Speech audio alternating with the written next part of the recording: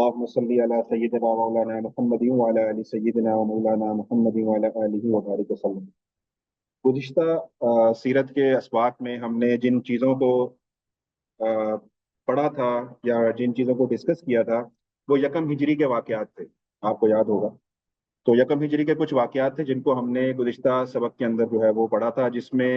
ایک بڑا واقعہ جو یکم ہجری کو ہوا تھا وہ تعمیر مسجد نبوی صلی اللہ علیہ وسلم کا واقعہ تھا، جس کی ہم نے تفصیل سے مسجد نبوی کی تعمیر کو ڈسکس کیا تھا۔ نہ صرف یکم ہجری کی تعمیر بلکہ اس کی جو ایکسپینشن ہوتی رہی ہے مختلف ادوار کے دور میں، وہ بھی ہم نے آپ کو تصویری اس میں فارم میں دکھائی تھی۔ اس کے ساتھ ساتھ ہم نے حجرات ازواج مطہرات وہ بھی تصویری نقشوں کے اندر دکھایا تھا آپ لوگوں کو کہ جتنی بھی ازواج مطہرات اس وقت تھیں، اس وقت ان کے حجرات جو تھے وہ مسجد نبوی کے باہر جنوب والی سائڈ پہ، یعنی قبلہ رخ جو آج قبلہ رخ ہے اس طرف تعمیر کیے گئے تھے۔ اور اس وقت کیونکہ دو ازواج نبی علیہ الصلوۃ والسلام کے عقد مبارک میں تھیں، ایک حضرت سودا رضی اللہ تعالیٰ عنہ اور ایک اما عائشہ صدیقہ رضی اللہ تعالیٰ عنہ، تو ان دو ازواج کے جو ازواج مطہرات کے حجرات تھے وہ تعمیر کیے گئے تھے یکم ہجری میں۔ اور اما عائشہ صدیقہ رضی اللہ تعالیٰ عنہ سے کیونکہ نبی علیہ الصلوۃ والسلام کا نکاح مکہ میں ہی ہو گیا تھا ہجرت سے پہلے ہی، لیکن رخصتی ہوئی تھی 2 ہجری کے اندر، جو انشاءاللہ آج ہم کچھ 2 ہجری کے واقعات بھی پڑھیں گے، یکم ہجری کے واقعات کو مکمل کریں گے اور 2 ہجری کے واقعات انشاءاللہ آپ کے سامنے رکھیں گے۔ میں نے آپ کے سامنے جو مدنی زندگی تھی نبی صلی اللہ علیہ وسلم کی جو مدنی زندگی تھی اس کے حساب سے آپ کو بتایا تھا کہ جو مدنی زندگی ہے نبی علیہ السلام کی وہ ہجری سال کے اعتبار سے چلے گی، کہ اس میں ہجری اعتبار سے سال ہوں گے، یکم ہجری 2 ہجری، اس طرح نبی علیہ الصلوۃ والسلام کے وصال تک جو ہجری سال ہیں ان کے حساب سے واقعات کا احاطہ کیا جائے گا۔ تو یکم ہجری اس حوالے سے اہم تھا کیونکہ یہ پہلا سال ہے ہجرت کے بعد آپ صلی اللہ علیہ وسلم کا، اور اس میں جو مشہور واقعات ہوئے اس میں 2 واقعات میں نے آپ کے سامنے رکھے جو ہم نے پچھلے سبق میں کور کیے تھے۔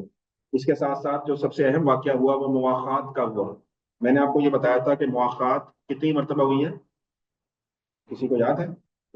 2 مرتبہ ہوئی ہے۔ ایک مواخات ہوئی تھی مکہ میں، جو مہاجرین ورسس مہاجرین والمہاجرین کے درمیان نبی علیہ الصلوۃ والسلام نے فرمائی تھی۔ لیکن سیرت نگاروں کی کچھ کی رائے یہ ہے کہ مواخات ہوئی ہی 1 مرتبہ ہے اور وہ مدینہ میں ہی ہوئی ہے، مہاجرین اور انصار۔ تو سیرت نگاروں کی ان دونوں جو رائے ہیں ان میں اختلاف ہے، کچھ کہتے ہیں کہ 2 مرتبہ ہوئی ہے، ایک مکے میں ہوئی تھی مواخات اور مہاجرین اور مہاجرین کی، اور ایک دوسری مرتبہ مدینہ میں ہوئی تھی یکم ہجری کے اندر، وہ مہاجرین اور انصار کی۔ بہرحال دونوں مواخات کے بارے میں تفصیل سے ہم نے پچھلے سبق میں دیکھا تھا، اور آپ کو میں نے کچھ چیدہ افراد کے نام بھی بتائے تھے جو ان مواخات کے اندر نبی علیہ الصلوۃ والسلام نے جو مہاجرین اور مہاجرین کو ایک دوسرے کا بھائی بنایا تھا، اور جو مدینہ میں مہاجرین اور انصار کو آپس میں ایک دوسرے کو بھائی بنایا تھا، ان سب کے نام بھی ہم نے آپ کے سامنے سبق کے اندر رکھے تھے۔ اس کے بعد ہم نے ایک بہت اہم ایک چیز اور بھی پڑھی تھی یکم ہجری کے واقعات میں، وہ تھی اذان کی ابتدا، کہ اذان کی ابتدا کیسے ہوئی تھی، کیسے نبی علیہ الصلوۃ والسلام نے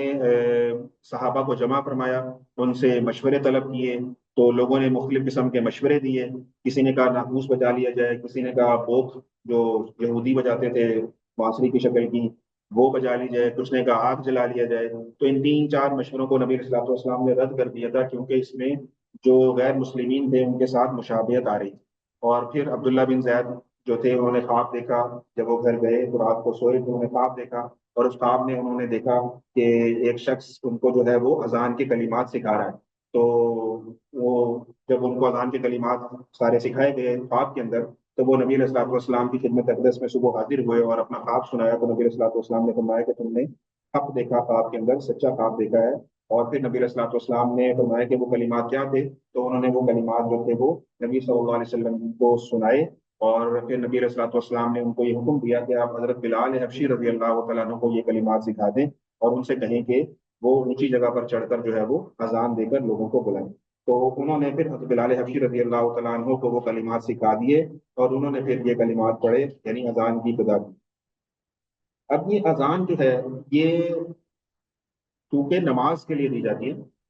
اچھا اس میں اذان آپ کو پتا ہے جب بچہ پیدا ہوتا ہے اس کے کان میں بھی اذان دینے کا حکم ہے، دائیں کان میں اذان دینا، بائیں کان میں اقامت۔ اور جب یہ کیوں کہا گیا، یہ اس لیے کہا گیا کہ اذان اور اقامت یہ ایک دوسرے کے بالکل متصل ہوتی ہے۔ اذان جیسی ہوتی ہے اس کے تھوڑی دیر بعد اقامت ہو جاتی ہے، اور اس کے بعد فوراً نماز کھڑی ہو جاتی ہے۔ اقامت کے بعد متصل نماز کا کھڑا ہونا ہے۔ تو بچے کے کان میں اذان اور اقامت کا مطلب کیا ہے کہ اس کے کان میں اذان بھی دے دی گئی، اس کے کان میں اقامت بھی کہہ دی گئی، اب اس کی نماز یعنی نماز جنازہ کا وقت، اب اس نے مرنا ہے گویا، اور اب موت آئی کہ اب آئی. تو یہ ایک ہمارے لیے آخرت کی طرف تنبیہ بھی ہے، آخرت کی طرف ترغیب بھی ہے کہ ہم اپنی زندگی جو ہے آخرت کو سامنے رکھتے ہوئے گزاریں، نہ کہ دنیا کو سامنے رکھتے ہوئے. ایک اذان بھی ہو چکی ہے، اقامت بھی، اب اس کی نماز جنازہ کا وقت بس تیار ہے. تو یہ بہرحال بات ہو رہی ہے اذان کی، تو اذان چونکہ نماز کے لیے دی جاتی ہے تو ایمان کے بعد نماز کا ایک بہت بڑا درجہ ہے. اور نماز کی اہمیت اتنی زیادہ حدیث میں آئی ہے، بلکہ قرآن پاک میں بھی اللہ تعالیٰ نے کئی مرتبہ نماز کا حکم فرمایا. تو نماز جو ہے ایمان کے بعد بہت بڑا درجہ ہے اس چیز کا. تو اس لیے نبی علیہ الصلوۃ والسلام نے اس کے لیے صحابہ سے مشورہ کیا کہ اس کے لیے لوگوں کو کیسے جمع کیا جائے، اور پھر ساری تفصیل آپ کے سامنے آ چکی ہے. ابھی تھوڑی دیر ہم دیکھتے ہیں کہ کلمات اذان کیا ہے، اور کلمات اذان کا مفہوم کیا ہے. کلمات اذان اصل میں ہمیں کہتے کہ ہم اذان تو سنتے رہتے ہیں، کئی دفعہ ہم سنتے ہیں اذان کو، لیکن ان اذان کے جو کلمات ہیں ان کے اندر کیا پیغام پوشیدہ ہے، تو اس کے بارے میں جاننے کی کوشش کرتے ہیں. یہ بڑے ہی عجیب و غریب قسم کی اذان کی ترکیب اور ترتیب ہے عبادت کے اعتبار سے. ایک بات تو یہ ذہن میں رکھیں کہ اسلام کی جتنی تعلیمات ہیں ان کا خلاصہ تین باتیں ہیں. جتنے بھی اسلام کی تعلیمات ہیں ان کا خلاصہ تین باتیں ہیں: ایک توحید ہے، ایک رسالت ہے، اور تیسرے نمبر پر آخرت ہے. یہ تینوں کے تینوں مضامین یہ اذان کے اندر جمع ہو جاتے ہیں. جیسے مثال کے طور پہ اذان کا جو سب سے پہلا کلمہ ہے اللہ اکبر اللہ اکبر، تو یہ اللہ تعالیٰ کی عظمت اور کبریائی کا بیان ہے، توحید کا بیان ہے، اللہ تعالیٰ کی عظمت اور کبریائی کا بیان ہے. بلکہ اس کے آگے اس کے بعد میں آنے والا جو جملہ ہے اشہد ان لا الہ الا اللہ، یہ توحید کا بیان ہے. پہلے اللہ کی بڑائی ہے، پھر اگلے کلمے میں جو ہے اللہ تعالیٰ کی توحید کا بیان آ رہا ہے، اور اس کے اندر توحید کا بیان بھی ہے اور شرک کی نفی بھی کی گئی ہے کہ اللہ تعالیٰ کی ذات کے علاوہ کوئی بھی ذات ایسی نہیں ہے جو کہ پرستش کے لائق ہو، صرف اللہ تعالیٰ ہی کی ذات ہے جو عبادت کے لائق ہے. تو اشہد ان لا الہ الا اللہ کے اندر توحید کا سبق ہے اس اذان کے اندر. اور پھر آگے اگلا جو جملہ ہے اشہد ان محمد رسول اللہ، یہ کلمہ کیا ہے؟ یہ کلمہ رسالت کا اعلان ہے، رسالت کا اس بات ہے کہ رسول اللہ صلی اللہ علیہ وسلم کی رسالت پر ایمان لانا یہ ہمارے ایمان کا لازمی جز ہے اور یہ لازمی حصہ ہے. تو یہ اثبات توحید بھی ہے اس سے پہلے، اور یہ اثبات رسالت کا بیان. تو یہ سارے اذان کے آپ کو بتا رہا ہوں کلمات کے اندر اللہ تعالیٰ نے کیسے خوبصورتی کے ساتھ ہمیں یہ سارے پیغامات کو جو ہے وہ بیان کیا ہے. اچھا، اس کے بعد حی علی الصلاۃ اور حی علی الفلاح کہہ کر بلایا جا رہا ہے. حی علی الصلاح کہہ کر بلایا جا رہا ہے، پھر حی علی الفلاح کہہ کر بلایا جا رہا ہے، یعنی کہ فلاح دائمی کی طرف اللہ تعالیٰ کی طرف سے ہمیں دعوت دی جا رہی ہے کہ جو تمہاری حقیقی کامیابی ہے، جو تمہاری حقیقی فلاح ہے، وہ نماز کی طرف، کہ حی علی الفلاح حی علی الصلاح حی علی الفلاح، کہ نماز کی طرف آ جاؤ اور فلاح کی طرف آ جاؤ. تو اس سے کیا مراد ہے؟ اس سے مراد یہ ہے کہ اگر حقیقی کامیابی ہم چاہتے ہیں تو وہ کامیابی جو ہے ہمیں اللہ تعالیٰ کی اطاعت اور بندگی ہی میں نصیب ہو سکتی ہے، اس کے علاوہ کوئی اور راستہ اس کا نہیں ہے. اور پھر آخر میں اللہ اکبر لا الہ الا اللہ، کہ اللہ تعالیٰ ہی سب سے اعلیٰ ہے، سب سے برتر ہے، اور ان کے سوا کوئی معبود نہیں، کوئی لائق اطاعت اور بندگی نہیں. تو یہ اذان کے کلمات ہیں جو کہ اللہ تعالیٰ نے ہمیں سکھلائے ہیں، اور ان کلمات کے بعد جو ہے آدمی نماز کی تیاری کرتا ہے اور اللہ تعالیٰ کو سجدہ کرتا ہے، اپنی پیشانی اللہ کے حضور جھکا دیتا ہے. تو یہ کلمات ہیں اذان کے جو کہ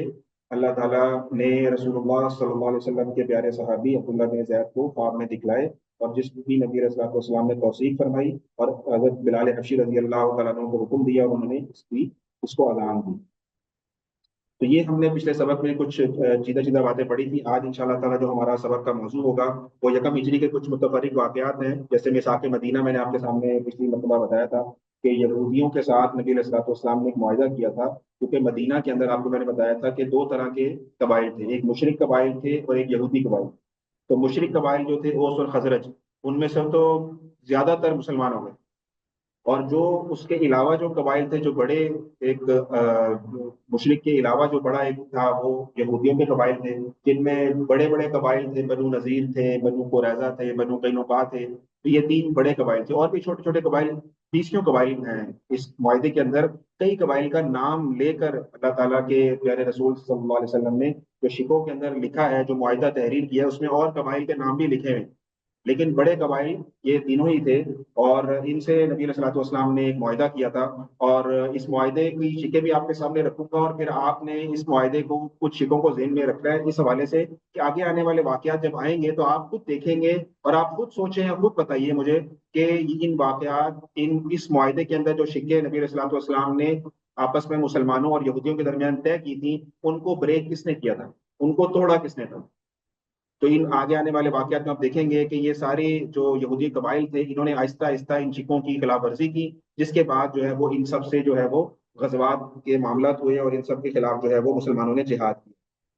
تو یہ آپ خود نوٹ کیجیے گا اس کا کہ یہ معاملہ ہوا۔ اور اس کے علاوہ یکم ہجری میں کچھ افراد تھے مسلمانوں کے اندر بھی جو انتقال کر گئے تھے، جو پرومیننٹ نام ہے مسلمانوں میں سے، صحابہ میں سے، انصار مدینہ میں سے، وہ انتقال کر گئے تھے۔ ان کے واقعات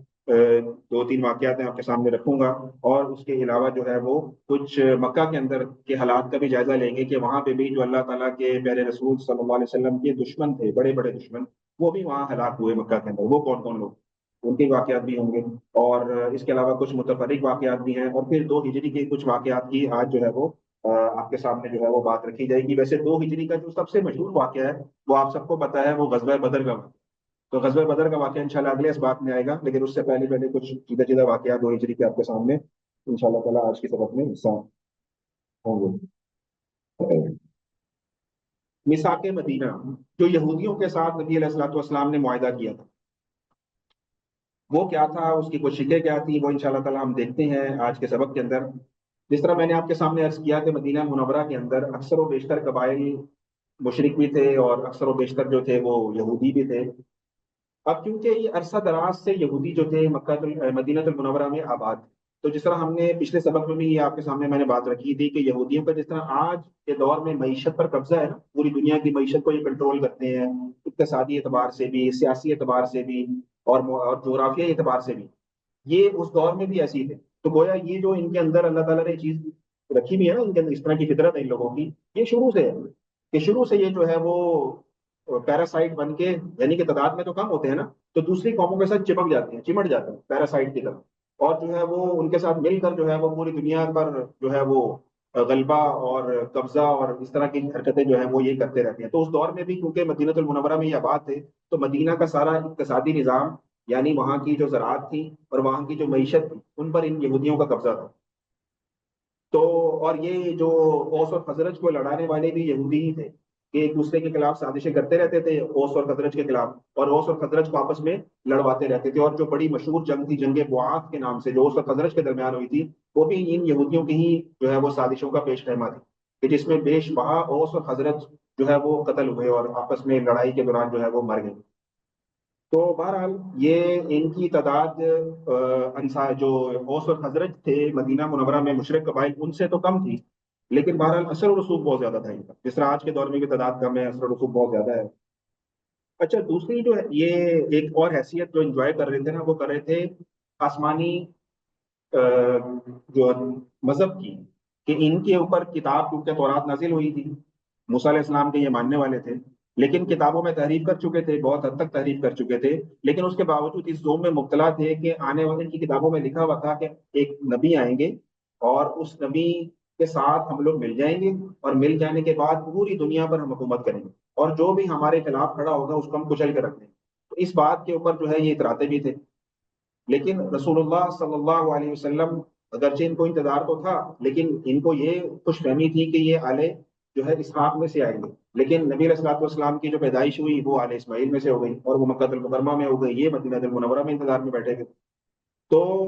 یہ ان کے اندر جو تھی یہ چیز ان کو بڑی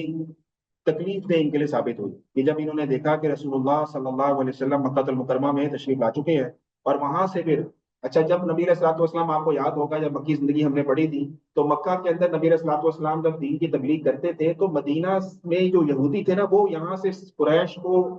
اکساتے رہتے تھے رسول اللہ صلی اللہ علیہ وسلم کے خلاف سازشیں کرنے کے حوالے سے۔ آپ کو یاد ہوگا کہ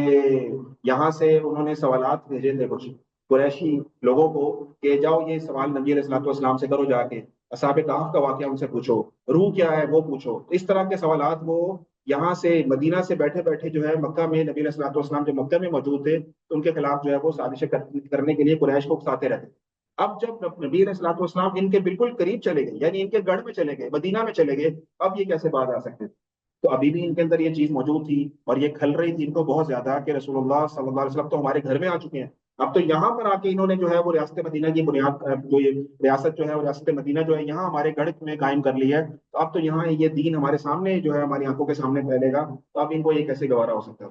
تو بہرحال نبی علیہ الصلوۃ والسلام نے جو یہ معاہدہ کیا تھا ان کے ساتھ اہل یہود کے خلاف، یہ نبی علیہ الصلوۃ والسلام کی بہت زیادہ فہم و فراست، آپ کی ذہانت اور آپ کی سمجھداری کی ایک بہت اعلیٰ مثال کہ نبی علیہ الصلوۃ والسلام نے کیسے ان لوگوں کو جو ٹیکل کیا اس مقام پر آتا۔ بہرحال جس یہودیوں کے بارے میں اللہ تعالیٰ نے قرآن میں بھی فرمایا کہ یعرفونہ کما یعرفون ابناءہم، کہ یہ نبی علیہ الصلوۃ والسلام کو ایسے پہچانتے تھے، ایسے پہچانتے تھے جیسے اپنے بیٹوں کو پہچان، انسان اپنے بیٹے کو پہچانتا ہے نا، ہزار مرد کھڑے ہوئے ہوں، آدمی اپنے بیٹے کو پہچان لیتا ہے کہ میرا بیٹا فلاں، بے شک منہ بھی ادھر ہو، وہ اس کی بیک سائڈ سے بھی پہچان لے گا کہ میرا بیٹا کھڑا ہوا، کیوں؟ ایک تعلق ہے، ایک نسبت ہے اس کی۔ تو اللہ تعالیٰ فرما رہے ہیں قرآن پاک میں کہ یہ نبی علیہ الصلوۃ والسلام کو ایسا پہچانتے تھے کہ ان کو پکی ٹھکی بات پتا تھی کہ یہ رسول اللہ صلی اللہ علیہ وسلم ہے، اور یہ حق نبی ہے اور برحق پیغمبر ہے اللہ کے، لیکن بس بغض نے، اناد نے، ایک کینہ پروری نے ان کا جو ہے وہ اس ایمان سے جو ہے ان کو محروم رکھا۔ تو نبی علیہ الصلوۃ والسلام نے ان کے ساتھ جو ہے نا ایک تحریری معاہدہ فرمایا، اور اس معاہدے کی شکیں بھی آپ کے سامنے، اس کی شکیں تو ویسے تقریباً سیرت کی کچھ کتابوں میں میں نے دیکھا ہے 50 کے قریب ہے، 50 سے کچھ زیادہ ہے کچھ کم ہے، لیکن میں آپ کے سامنے کچھ 11 یا 12 یا 13 14 کے قریب جو ہے وہ جو اہم اہم شکیں ہیں وہ آپ کے سامنے ابھی انشاءاللہ سلائڈ میں رکھوں گا کہ وہ شکیں کیا تھیں۔ ہجرت کے تقریباً 5 مہینے کے بعد یہ تحریری معاہدہ ہوا تھا، جب نبی علیہ الصلوۃ والسلام مدینہ منورہ تشریف لا چکے تھے، تو اس کے 5 مہینے کے بعد جو ہے وہ نبی علیہ الصلوۃ والسلام نے اہل یہود کے ساتھ جو ہے یہ معاہدہ کیا تھا، اور اس معاہدے میں کیا تھا یہ بھی آگے ہم دیکھتے ہیں آگے۔ ابھی آپ کو یہ شاید بہت زیادہ جو باریک لکھا ہوا نظر نہ آ رہا ہو، لیکن میں اس کی پریزنٹیشن آپ کو شیئر کر دوں گا گروپ میں، انشاءاللہ آپ کو پڑھنا آسان ہو جائے گا۔ بہرحال ابھی میں ویسے آپ کو پڑھ دیتا ہوں اس کے حوالے سے کہ نبی علیہ الصلوۃ والسلام نے ان کے ساتھ کس طرح کا معاہدہ کیا تھا۔ تو اس میں نبی علیہ الصلوۃ والسلام نے یہ تحریر کیا کہ بسم اللہ الرحمن الرحیم، یہ تحریری عہد نامہ ہے محمد نبی امی صلی اللہ علیہ وسلم کی طرف سے مسلمانوں کے درمیان اور یہودیوں کے درمیان، اور اس میں جو اہم بات لکھی کہ یہودی جو مسلمانوں کے تابع ہوں گے، یعنی مسلمان متبوع ہیں اور یہودی ان کے تابع ہیں، اس طرح سے نبی علیہ الصلوۃ والسلام نے یہ معاہدہ لکھوایا تھا ان سے۔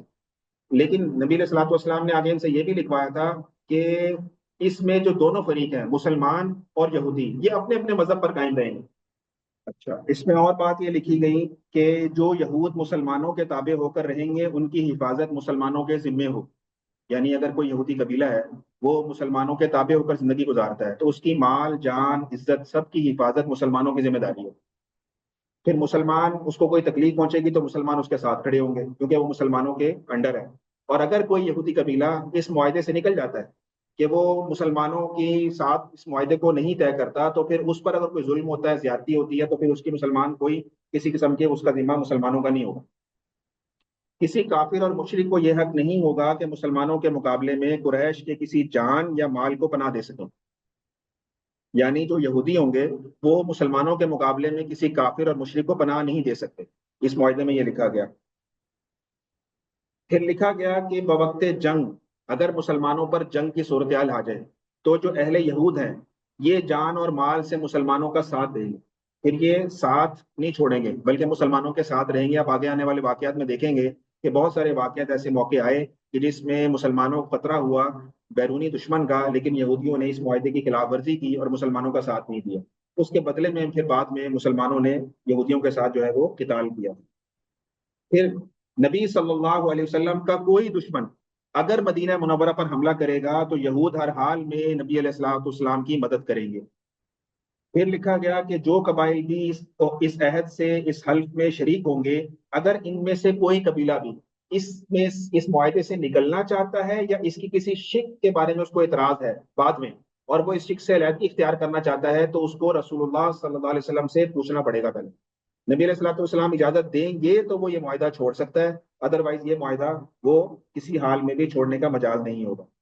پھر آگے لکھا گیا کہ کسی فتنہ پرداز کی مدد یا اس کو ٹھکانہ دینے کی اجازت ہرگز ہرگز کسی کو نہیں ہوگی۔ اور جو شخص بھی کسی بدعتی کی مدد کرے گا یا اس کو اپنے پاس ٹھکانہ دے گا تو اس پر اللہ کی لعنت ہوگی اور غضب ہوگا، اور قیامت تک اس کا کوئی بھی عمل قبول نہیں ہوگا۔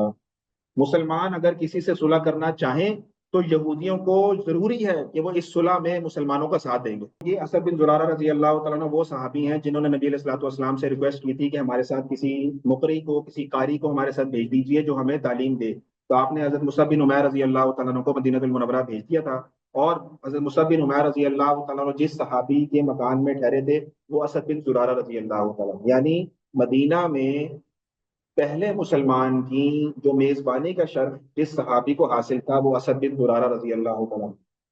اور پھر انہوں نے اور مصعب بن عمیر رضی اللہ تعالیٰ عنہ نے مل کر انصار مدینہ میں محنت کی۔ تو کہا یہ جاتا ہے کہ انصار مدینہ جتنے بھی مسلمان ہوئے وہ سارے کے سارے یا تو حضرت مصعب بن عمیر رضی اللہ تعالیٰ عنہ کے کھاتے میں ان کا ثواب جا رہا ہے، یا اسد بن زرارہ رضی اللہ، ان دونوں حضرات کی قربانی سے انصار مدینہ مسلمان ہوئے۔ تو اتنی بڑی شخصیت ہے کہ جتنے بھی انصار مسلمان ہوئے ان دو حضرات کی قربانی، ان کی دعوت اور ان کا جتنا ثواب ہے ان دو حضرات کے کھاتے کے اندر ہے۔ تو یہ اسد بن زرارہ رضی اللہ تعالیٰ عنہ کا انتقال جو تھا وہ بھی جو ہے وہ یکم ہجری کے اندر ہوا تھا۔ اور جب ان کا انتقال ہوا تو جب یہ بیمار ہو گئے بہت زیادہ، تو ان کا جسم جو تھا وہ سرخی مائل ہونا شروع ہو گیا تھا، بہت زیادہ بیمار ہو گئے۔ تو ان نبی علیہ الصلوۃ والسلام کو اطلاع دی گئی، تو آپ علیہ الصلوۃ والسلام اسد بن زرارہ رضی اللہ تعالیٰ عنہ کے مکان پر تشریف لے کے خود آپ کی جو ہے وہ بیمار کرسی کے لیے، اور نبی علیہ الصلوۃ والسلام نے ان کو جو ہے وہ پجامہ وغیرہ بھی کیا ان کے سر پر اور گردن وغیرہ کی کسی حصے پر، اور لیکن یہ جو تھے وہ جانبر نہیں ہو سکے اور یہ جو ہے اللہ کو پیارے ہو گئے۔ تو ان کے انتقال پر جو ہے نا وہ یہودیوں نے بہت زیادہ خوشیاں منائیں، اس بات پر خوشی منائی کہ ان کے رسول صلی اللہ علیہ وسلم ان کے درمیان موجود ہیں، اور وہ ان کے گھر گئے بھی اور ان کو ان کی بیمار پرسی بھی کی، ان کی تیمارداری بھی کی، ان کی دوا وغیرہ کا انتظام بھی کیا، لیکن پھر بھی اس کو بچا نہیں سکے۔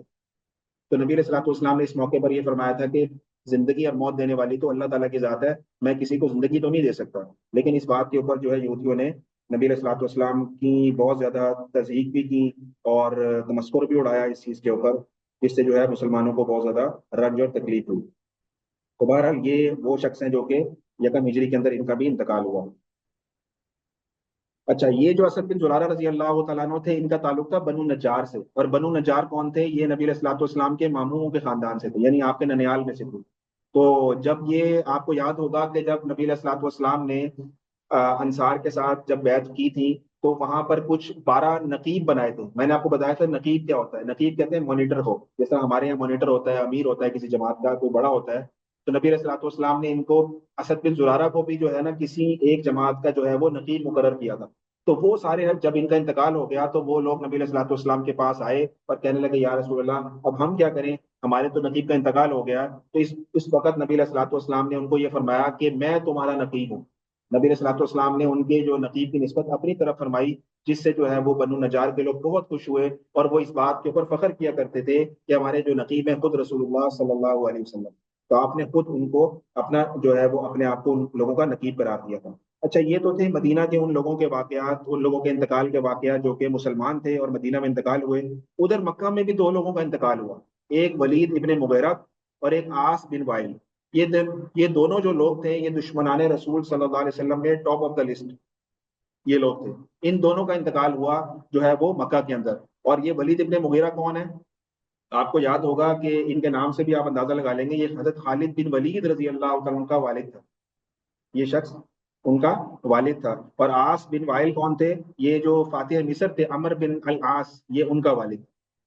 آپ یہ دیکھیں اللہ تعالیٰ کی شان کہ ایک ہوتا ہے نا آدمی کفر کی جو ہے وہ ایکسٹریم پہ ہوتا ہے، اس کی آگے آنے والی دوسری تیسری چوتھی نسل میں جا کے کوئی بندہ مسلمان ہوتا ہے یا جو ہے وہ اتنا انقلابی ہوتا ہے۔ یہ تو ان کے براہ راست بیٹے تھے، خالد بن ولید رضی اللہ تعالیٰ عنہ ولید بن مغیرہ کا سگا بیٹا، وہ اسلام لے آئے اور انہوں نے پھر جو ہے وہ فتوحات کے جھنڈے گاڑے ہیں، وہ ایک اپنا تاریخی ایک پوری شان ہے اس کی، اپنا ایک پورا باب ہے وہ۔ اور اسی طرح عاص بن وائل کا جو بیٹے تھے عمر بن العاص، یہ فاتح مصر بنے۔ تو یہ سبھی اولاد کو اللہ تعالیٰ نے جو ہے ایسے اسلام کی رہنمائی دی، ایسی روشنائی دی کہ وہ انہوں نے جو ہے اسلام کا کہ جو ہے وہ علم جو ہے وہ ایسے بلند فرمائے۔ پھر جو متفرق واقعات ہوئے وہ شوال کے اندر اما عائشہ صدیقہ رضی اللہ تعالیٰ عنہ کی رخصتی عمل میں لائی گئی نبی علیہ الصلوۃ والسلام کے ساتھ، کیونکہ آپ کا نکاح جو ہے وہ مکہ المکرمہ میں ہی طے ہو گیا تھا، یعنی ہجرت سے پہلے ہی، اور اس کی جو رخصتی تھی وہ پھر یکم ہجری کے اندر جو ہے وہ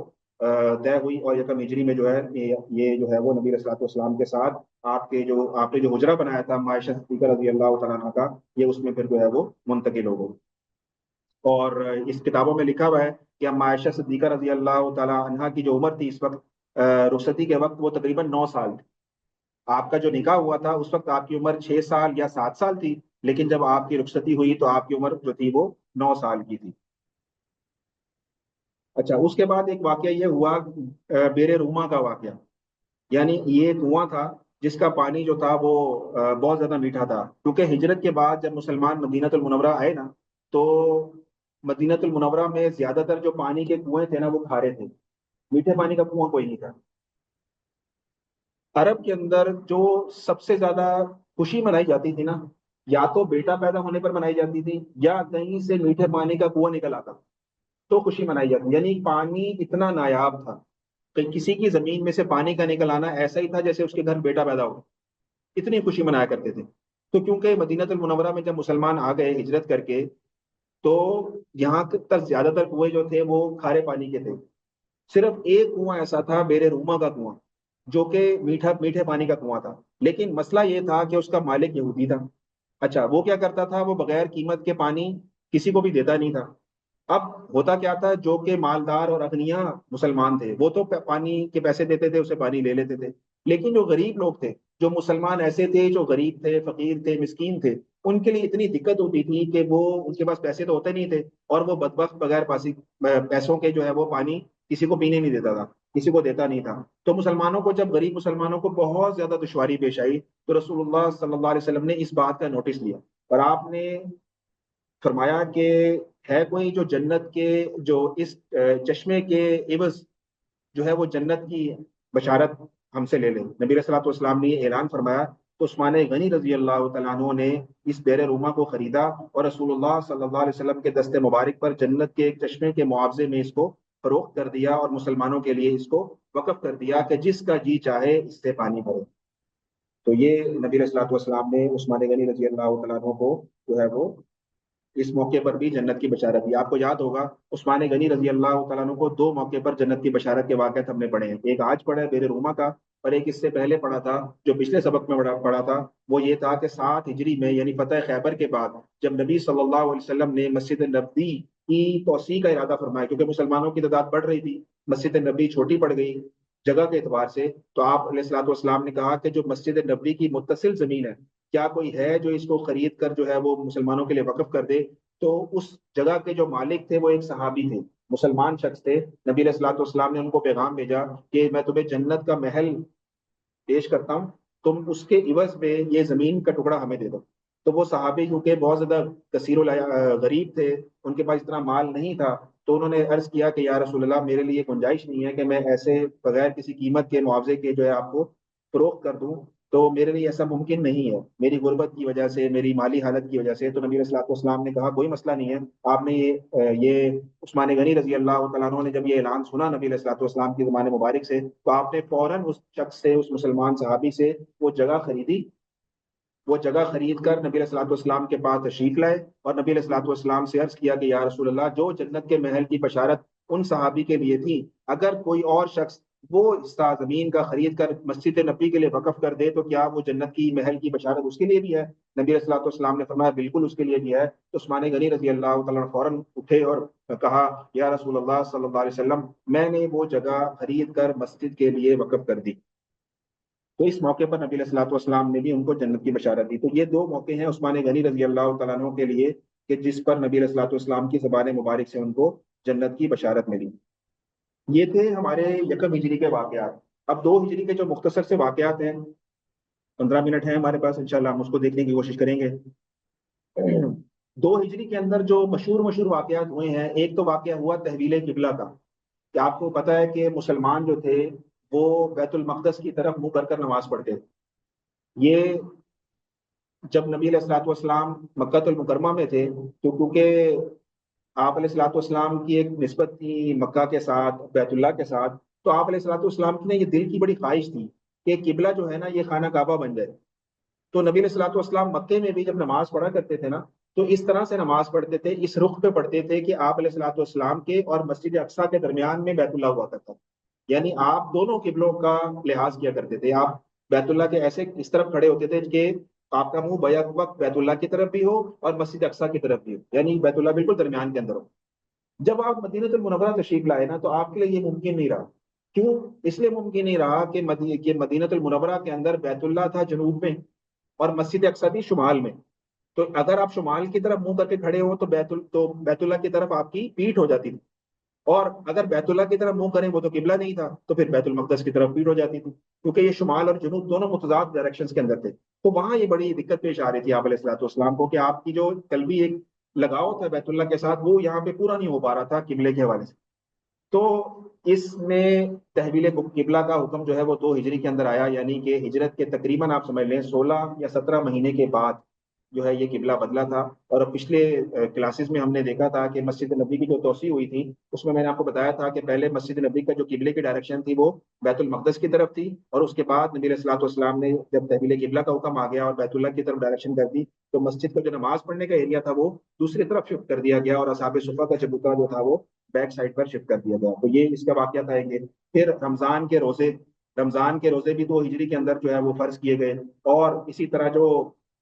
فطرانہ ہے، فطرانہ وہ بھی 2 ہجری کے اندر اس کا حکم آیا، اور اسی طرح عید الفطر کی نماز اور عید الاضحیٰ کی نماز کا حکم بھی، عیدین کی دونوں نمازوں کا حکم بھی 2 ہجری کے اندر آیا۔ اور نبی علیہ الصلوۃ والسلام پر درود شریف پڑھنے کا حکم مسلمانوں کو دیا گیا، وہ بھی اسی 2 ہجری میں دیا گیا۔ اور زکوٰۃ جو تھی وہ، مال پر زکوٰۃ جو ہے وہ بھی 2 ہجری میں ہی فرض ہوئی۔ تو یہ 2 ہجری کے کچھ واقعات ہیں ایسے جس کو ہم انشاءاللہ آج دیکھنے کی کوشش کرتے ہیں۔ 2 ہجری کا میں نے آپ کو بتایا کہ سب سے بڑا واقعہ تو غزوہ بدر ہے، وہ انشاءاللہ ہم آگے آنے والے لیکچر میں دیکھیں گے۔ لیکن 2 ہجری میں ہی شعبان کے درمیان کے اندر، یعنی 20 شعبان کے قریب قریب جو ہے وہ تحویل قبلہ کا حکم آیا، یعنی خانہ کعبہ کو قبلہ اللہ تعالیٰ نے قرار دے دیا، جس کا ذکر جو ہے وہ دوسرے پارے میں اللہ تعالیٰ نے فرمایا۔ جیسے اللہ تعالیٰ نے فرمایا نا، فَوَلِّ وَجْهَكَ شَطْرَ الْمَسْجِدِ الْحَرَامِ، بس آپ اپنا چہرہ مسجد حرام کی طرف پھیر لیجیے۔ تو یہ نماز کے دوران جو ہے وہ نبی علیہ الصلوۃ والسلام نماز پڑھ رہے تھے۔ کئی کتابوں میں لکھا ہے کہ وہ ظہر کی نماز تھی، کئی کتابوں میں لکھا ہے کہ وہ عصر کی نماز تھی۔ تو 2 رکعتیں آپ پڑھ چکے تھے، اور نماز آپ پڑھ رہے تھے مسجد قبلتین، جہاں آج مسجد قبلتین بنی ہوئی ہے۔ قبلتین کہتے ہیں 2 قبلوں والی۔ تو وہ اس مسجد میں نبی علیہ الصلوۃ والسلام جو ہے وہ نماز پڑھ رہے تھے۔ مدینہ المنورہ کی بہت ساری زیارات ہیں، اللہ تعالیٰ ہم سب کو بار بار لے جائے اور ہم دیکھیں جا کے وہاں پہ۔ تو مسجد قبلتین وہ مبارک جگہ ہے جہاں پر یہ تحویل کعبہ کا حکم 2 ہجری کے اندر پیش ہے، کہ آپ علیہ الصلوۃ والسلام نماز پڑھ رہے تھے، آپ کے ساتھ صحابہ بھی موجود تھے۔ تو اس نماز کی تیسری رکعت کے اندر جو ہے وہ، کہ یہ تحویل قبلے کا حکم جب آ گیا، تو نبی علیہ الصلوۃ والسلام جو ہے وہ صفوں کو چیرتے ہوئے، ظاہر ہے آپ کا رخ جو تھا وہ شمال کی طرف تھا، اور بیت اللہ جو ہے جنوب میں تھا۔ تو آپ علیہ الصلوۃ والسلام کیونکہ امام تھے، نماز پڑھا رہے تھے، تو آپ اپنی نماز سے نکل کر صفوں کو چیرتے ہوئے جو ہے وہ جنوب کی طرف آ کر کھڑے ہو گئے، اور صحابہ نے نماز کے اندر ہی اپنا رخ جو تھا وہ جنوب کی طرف، یعنی بیت اللہ کی طرف پھیر لیا۔ تو اور اس کے بعد جو ہے وہ پورے مدینہ میں منادی کرا دی گئی، اور اس منادی کے نتیجے میں جہاں جہاں نماز ہو رہی تھی، جو نمازی جس حیت کے اندر تھا، رکوع میں تھا، سجدے میں تھا، اس نے وہیں سے اپنا رخ بدل دیا۔ اس نے نماز کے دوران جہاں جہاں یہ آواز جاتی گئی کہ اب قبلہ جو ہے وہ بیت المقدس نہیں رہا، اب بیت اللہ ہو گیا ہے، تو لوگوں نے جیسے ہی لوگوں کے کانوں میں یہ آواز پڑی، جہاں جہاں بھی لوگ نماز پڑھ رہے تھے، سب نے اپنا رخ جو ہے فوراً جو ہے وہ شمال سے جنوب کی طرف پھیر لیا۔ تو یہ جو حکم تھا تحویل کعبہ کا، یہ 2 ہجری میں نازل ہوا۔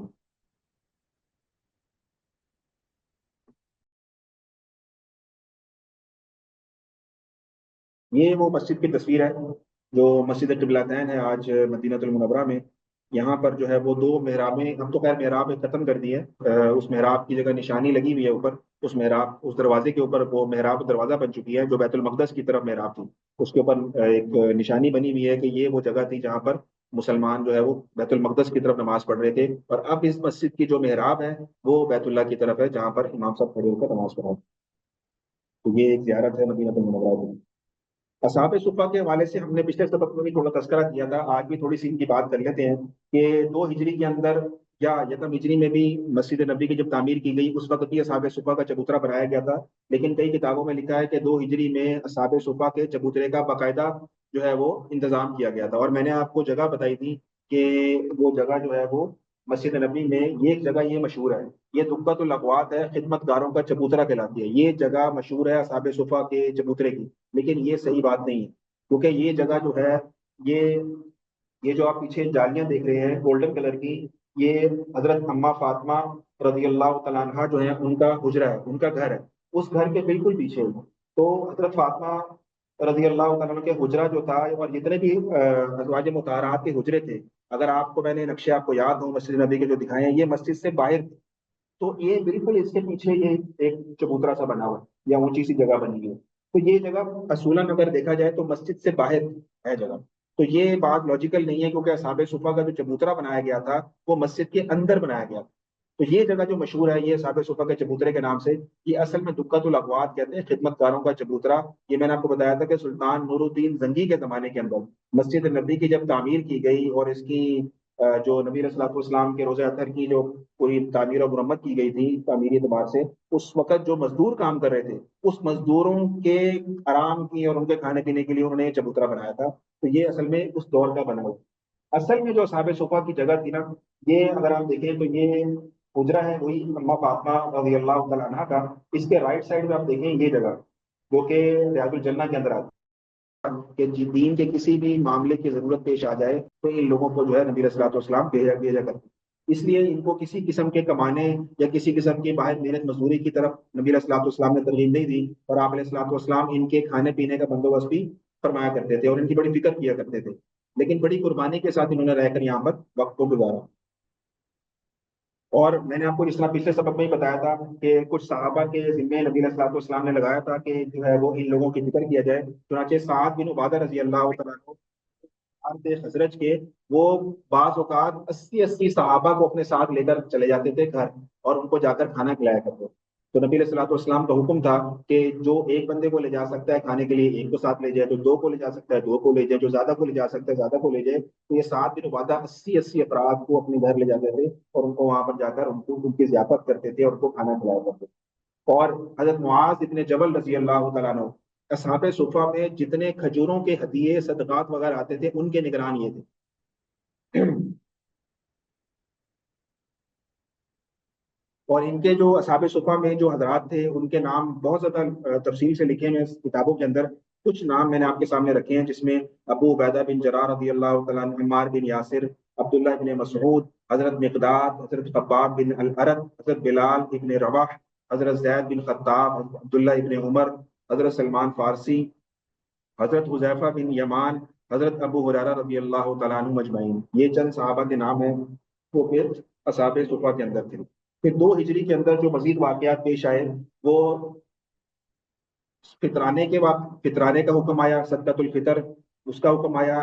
عید الفطر کی نماز کا حکم آیا،